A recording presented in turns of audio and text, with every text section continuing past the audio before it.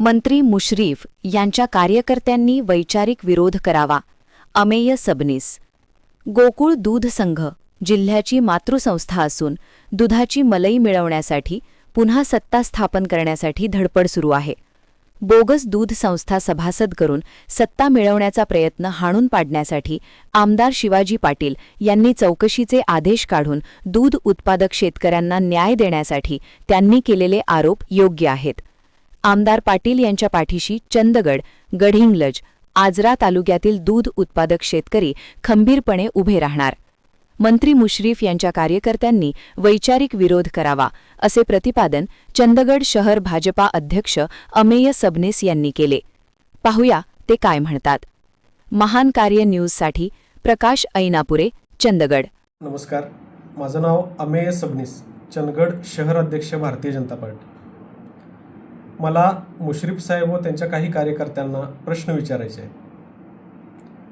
चंदगड, आजरा, गडिंग्लज या तिन्ही तालुक्यांमधून जवळजवळ 25% दूध संकलन हे गोकुळसाठी केलं जातं. आमचे शेतकरी काबाड कष्ट करून जनावरे सांभाळून त्यांना चारा देऊन दूध काढतात आणि ते गोकुळ दूध संघाला घालतात. पण संचालकांचा हिशोब केला तर चंदगड, आजरा, गडिंग्लजवर कायम बहिष्कार टाकण्यात येतो. असं का? त्याचबरोबर अमूल दूध संस्थेचा ठेका शिवाजीराव पाटील साहेब असतील किंवा प्रकाश बेलवाडे यांनी घेतला असा तुम्ही वारंवार आरोप करता. मग महालक्ष्मी दूध संस्थेचा ठेका कोणी घेतला होता? आणि ह्या महालक्ष्मी दूध संस्थेची स्थापना करण्यामागे गोकुळला अडचणीत आणण्याचा हेतू तुमचा होता की नव्हता? या दोन गोष्टी तुम्ही स्पष्ट कराव्यात.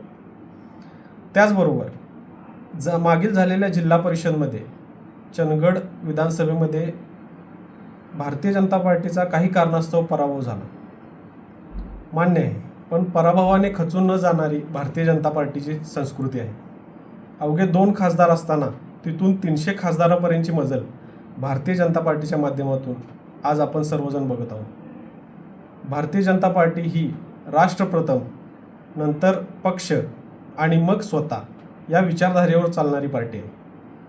त्यामुळं गोकुळमध्ये जे काही प्रकार चाललेले आहेत, जर तुम्ही काय चुकीचं केला नसाल तर तुम्ही त्या चौकशीला सामोरे जायला तुम्हाला काय अडचण आहे, याबद्दल तुम्ही सर्वांनी खुलासा करावा अशी मी सर्वांना विनंती करतो. धन्यवाद.